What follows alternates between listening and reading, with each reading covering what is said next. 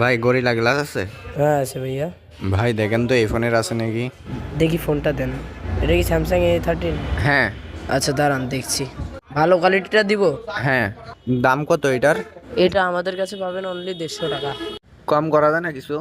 না ভাইয়া কম হবে না, লাগাই দিব। আচ্ছা দেন, কি করার, কমাবেন না যখন। আচ্ছা ঠিক আছে ভাইয়া, আমি লাগাই দিচ্ছি।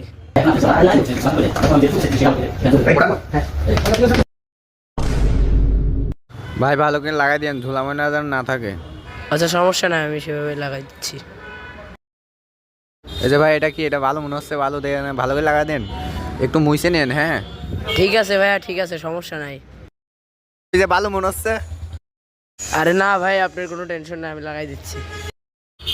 ভাই মনে হচ্ছে এই গ্লাসটা এদিকে একটু সরবে হালকা।